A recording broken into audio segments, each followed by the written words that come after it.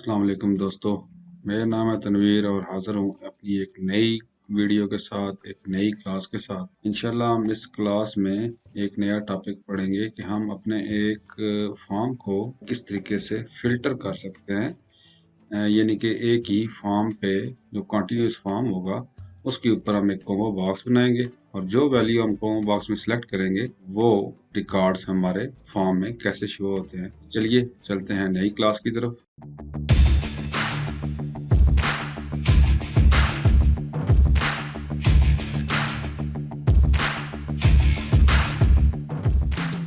तो ये हम यहाँ पे हमारे पास टेबल्स हैं, क्लासेस का है, स्टूडेंट्स का है, इन दोनों को हम यूज़ करेंगे इंशाल्लाह इस के अंदर। सबसे पहले हम एक कंटीन्यूअस फॉर्म बनाते हैं ताकि आपको आइडिया हो जाए कि कंटीन्यूअस फॉर्म किस तरीके से बनता है। हम पहले भी एक क्लास में वो बना चुके हैं, तो जल्दी से एक फॉर्म डिज़ाइन करते हैं। डिज़ाइन करने के लिए हमने क्रिएट पे प्रेस किया और फॉर्म डिज़ाइन से हमने एक ब्लैंक फॉर्म जो है वो ले लिया है। अब ब्लैंक फॉर्म हमने लेने के बाद हमने सबसे पहले इस ब्लैंक फॉर्म को बजाय टेबल के साथ में लिंक करने के, आज हम ये काम करते हैं कि हम इस टेबल को एक क्यूरी के साथ लिंक करते हैं। तो जल्दी से हम एक क्यूरी बना लेते हैं। क्यूरी हम जाएंगे यहाँ पे क्रिएट के टेबल में, क्यूरी डिज़ाइन में जाएंगे। ऑलरेडी आपको पता है कि हम किसी किसी क्यूरीज बनाते हैं।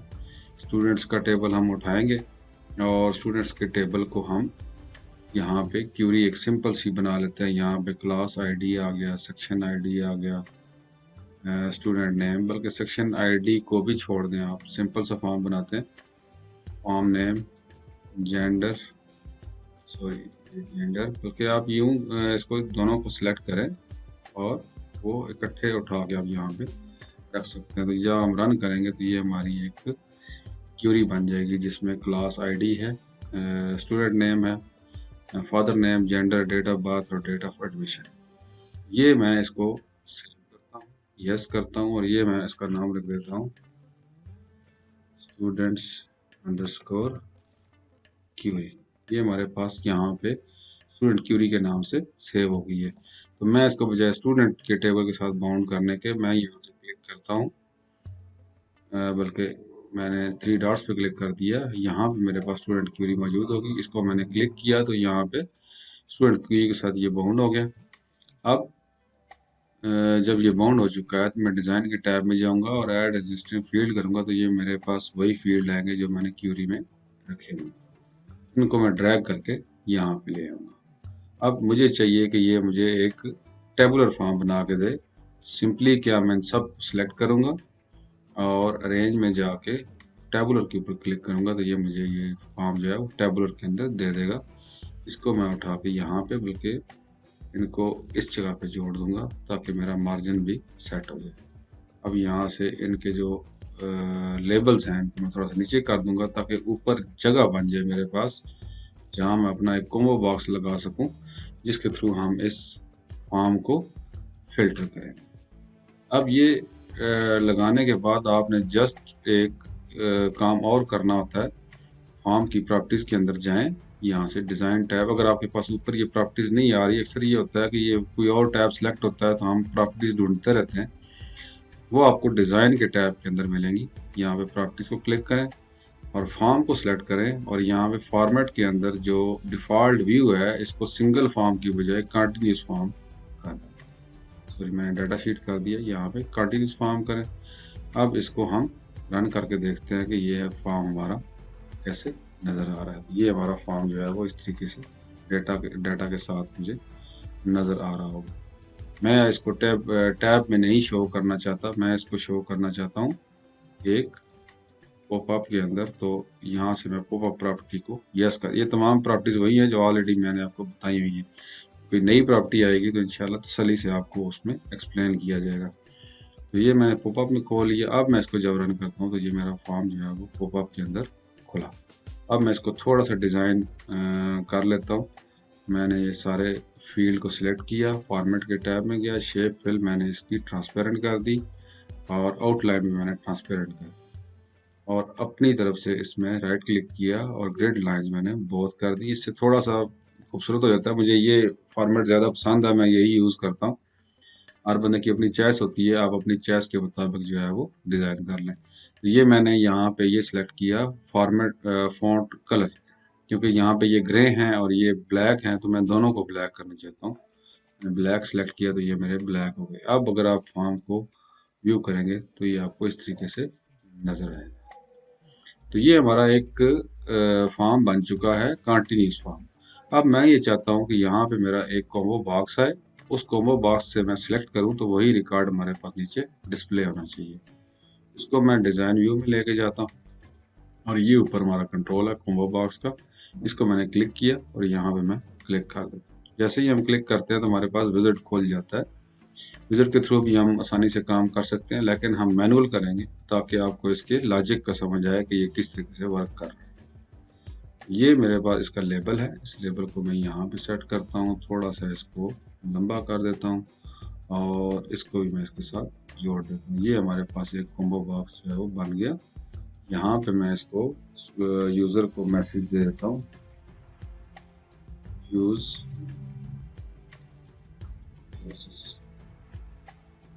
क्लास कर देते हैं।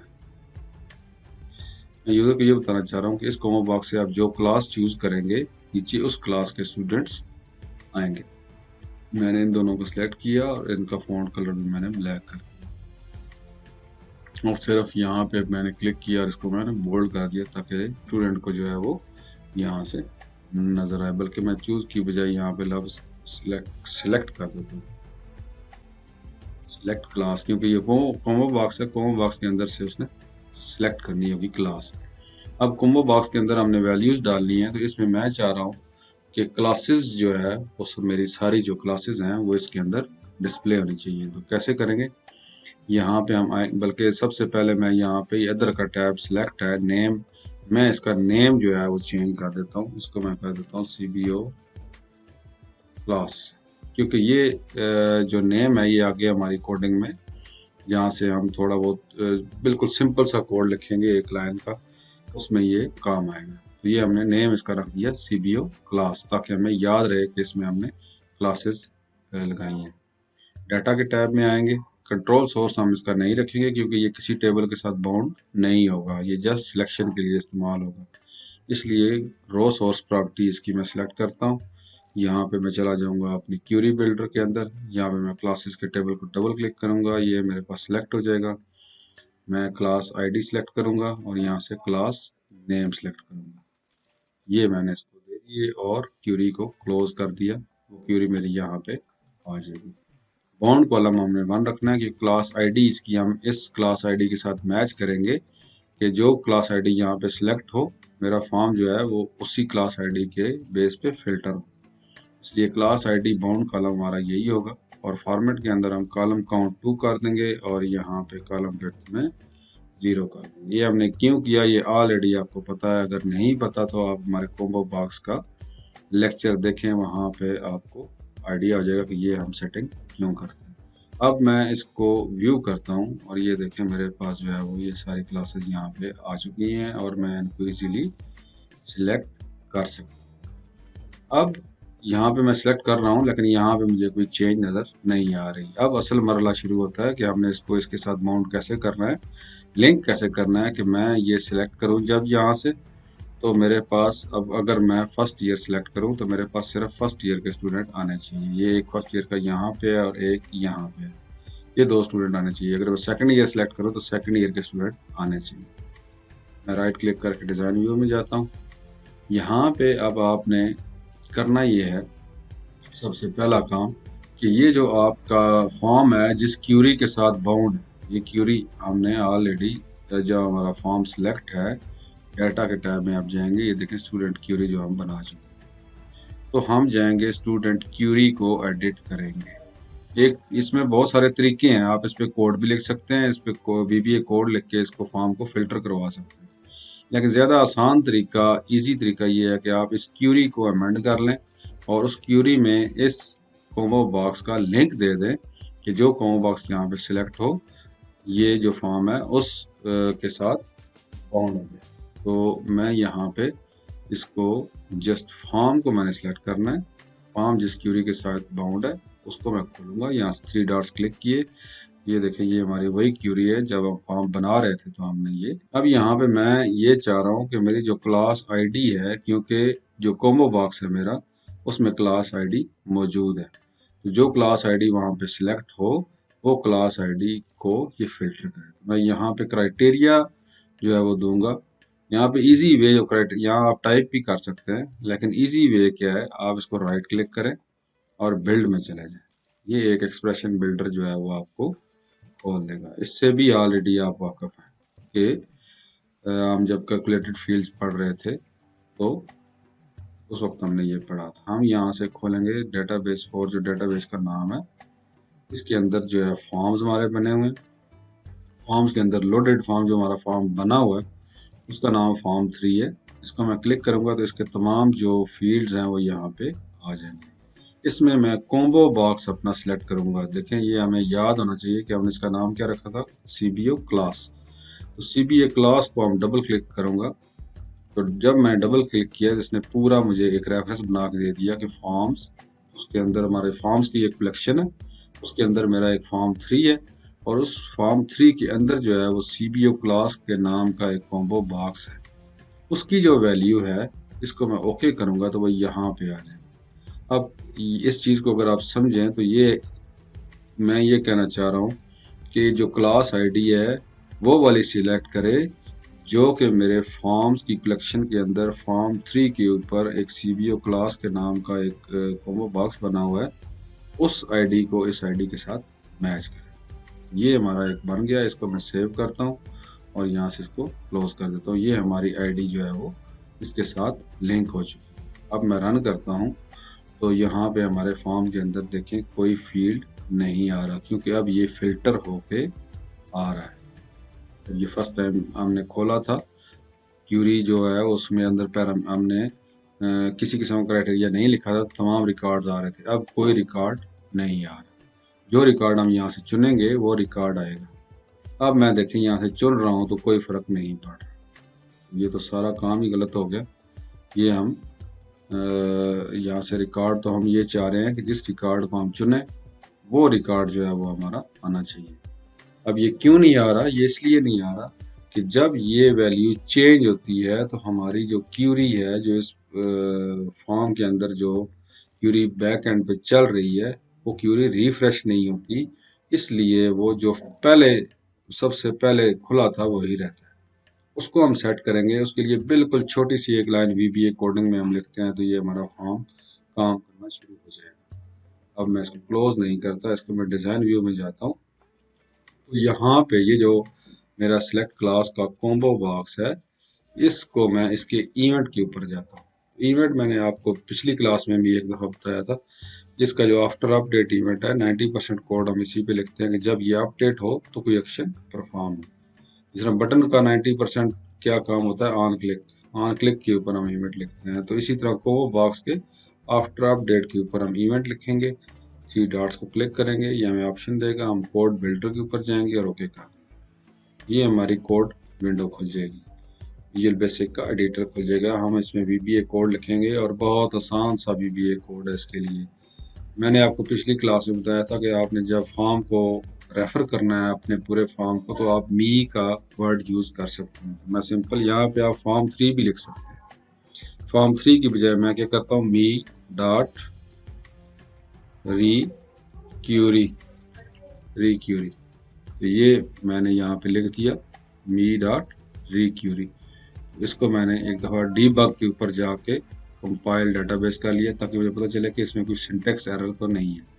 उसके बाद मैंने इसको क्लोज कर दिया। लेकिन इसका मतलब ये है, जैसे ही मेरा ये आफ्टर अपडेट का इवेंट चले तो मेरा ये फॉर्म जो है वो रीक्यूरी हो। अब हम रन करते हैं, ये देखें यहाँ पे इसने ऊपर को बॉक्स दिया और नीचे जो है वो हमारा फॉर्म दिया। अब ये जो रिकॉर्ड दे रहा है वो ये नए रिकॉर्ड फीड करने के लिए दे रहा है। आप यहाँ पे नया रिकॉर्ड फीड कर सकते हैं। मैंने यहाँ पे फर्स्ट ईयर चुना, ये देखें फर्स्ट ईयर के स्टूडेंट्स आए। अब मैं सेकंड ईयर चुनता हूँ, देखें सेकंड ईयर के स्टूडेंट्स आए। SSC पार्ट 1 चुनता हूँ, SSC पार्ट 1 के स्टूडेंट आए। SSC पार्ट 2 का हमारे पास कोई स्टूडेंट नहीं है। इसी तरह आप ये चुन सकते हैं। अब यहाँ पे आप फर्स्ट ईयर की क्लास के अंदर जो है वो नया रिकॉर्ड फीड कर सकते हैं। अगर आप चाहते हैं एक चीज़ और हम देख लेते हैं छोटी सी, कि अगर आप चाहते हैं कि यूज़र यहाँ पे नया रिकॉर्ड फीड ना कर सके, सिर्फ इन रिकॉर्ड को एडिट कर सके, देख सके, तो आप यहाँ से प्रॉपर्टीज सेट कर सकते हैं। आपने फॉर्म को सिलेक्ट करना है और डाटा टैब के अंदर आना है। डाटा टैब के अंदर यहाँ पे ये नीचे आप देखिए एक डाटा एंट्री का टैब है, और सॉरी डाटा एंट्री की प्रॉपर्टी है, अलाउ एडिशन की प्रॉपर्टी है, allow deletions, allow edits, allow filters, ये तमाम को आप सेट कर सकते हैं। देखिए यहाँ मैं अलाउ एडिशंस की प्रॉपर्टी यस है, इसको मैं नो कर देता हूँ।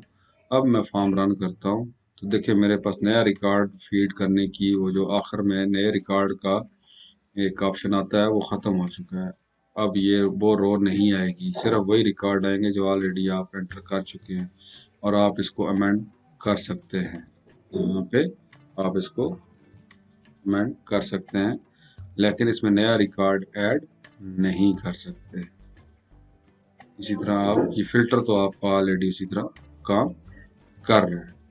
दोबारा हम डिज़ाइन टैब में जाते हैं। डिज़ाइन टैब में जाके हम दोबारा देखें, यहाँ पे डाटा एंट्री अगर हम यस करेंगे तो वो बाकी कोई काम आपको नहीं करने देगा, सिर्फ और सिर्फ डाटा एंट्री ही होगी, उसमें आपको रिकॉर्ड शो नहीं करवाएगा। फर्ज किया मैं इसको यस करता हूँ, अब मैं इसको रन करता हूँ तो यहाँ पे सॉरी मैंने अलाउ एडिशन का, अब देखें डाटा एंट्री के लिए अलाउ एडिशन का यस होना ज़रूरी है। अलाउ एडिशन आप नहीं करेंगे तो डाटा एंट्री आप कहाँ पे करेंगे। इसको भी मैं यस कर रहा हूँ। अब वो सिर्फ डाटा एंट्री के लिए मेरा ये फॉर्म ओपन होगा, आपको पुराने रिकॉर्ड नहीं दिखाएगा, आप सिर्फ यहाँ पे नया रिकॉर्ड ऐड कर सकते हैं। उसके अलावा जो हमारे पास डाटा एंट्री हम अक्सर नो रखते हैं, ऑलरेडी अलाउ एडिशन यस कर दिया, अब आप नया रिकॉर्ड भी फीड कर सकते हैं, डिलीट भी कर सकते हैं। अगर मैं इसको नो करता हूँ, डिलीट की ऑप्शन मैं नहीं देता, तो वो आपको रिकॉर्ड डिलीट नहीं करने देगा। अब यहाँ पे मैं अगर फर्स्ट ईयर चुनता हूँ, इसको मैं सिलेक्ट करता हूँ, मैं डिलीट का बटन प्रेस कर रहा हूँ, ये मुझे डिलीट नहीं करने दे रहा। इसलिए ये प्रॉपर्टीज आप सेट कर सकते हैं यूज़र को रिस्ट्रिक्ट करने के लिए कि इस फॉर्म के अंदर वो क्या कर सकता है क्या नहीं कर सकता। आप अलाउ एडिट्स को भी नो कर सकते हैं, उससे ये होगा कि यहाँ पे वो एडिट नहीं कर सकेगा। अब इसमें एक चीज़ मैं आपको मज़ीद बताता चलूँ कि यहाँ पे जब आप इसको रन करते हैं तो ये देखें मेरे पास कोई रिकॉर्ड नहीं आ रहा है, और यहाँ पे फर्स्ट ईयर लिखा हुआ भी आ रहा है। ये थोड़ा सा यूज़र कंफ्यूज हो जाएगा कि देखें फर्स्ट ईयर तो ऑलरेडी सिलेक्टेड है और मेरे कोई रिकॉर्ड नहीं आ रहा है। ये उस वक्त चलेगा जब आप फर्स्ट ईयर को सिलेक्ट करेंगे। अब मैं ये चाहता हूँ कि मेरे सारे रिकॉर्ड यहाँ पे आए, शुरू में सारे के सारे रिकॉर्ड आए, उसके बाद मैं यहाँ पे जो भी क्लास सिलेक्ट करूँ वो उसमें से फिल्टर होके चले। तो उसके लिए हमें VBA कोडिंग जो है वो इस्तेमाल करनी पड़ेगी। उसके लिए छोटा सा 2 लाइनों का कोड है वो हमें लिखना पड़ेगा। इंशाल्लाह नेक्स्ट क्लास में हम इसको क्यूरी के थ्रू नहीं करेंगे बल्कि VBA कोड के थ्रू करेंगे, और वो इंशाल्लाह ज़रा ज़्यादा बेहतर होगा, वो यूज़र एक्सपीरियंस के लिए बेहतर होगा। क्योंकि यहाँ पे आप उसको जब फॉर्म रन करते हैं तो रनिंग में ये उसको यहाँ पे जब तक यूज़र सेलेक्ट नहीं करता उसको रिकॉर्ड नज़र नहीं आते, जब वो सिलेक्ट करता है तो उस वक्त उसको रिकॉर्ड नज़र आते हैं। मैं ये चाहता हूँ कि ये पूरे के पूरा जो है वो रिकॉर्ड नज़र आए, उसके बाद मैं यहाँ पे सिलेक्ट करूँ तो वो फिल्टर करें। वो हम VBA कोडिंग के थ्रू इंशाल्लाह करेंगे और मज़ीद कुछ चीज़ें भी पढ़ेंगे। तो ये क्लास यहीं तक थी। चैनल को ज़्यादा से ज़्यादा सब्सक्राइब करें, वीडियोस को शेयर करें अगर पसंद आ रही हैं तो, और बेल आइकन प्रेस करें। बहुत शुक्रिया। अल्लाह हाफिज़।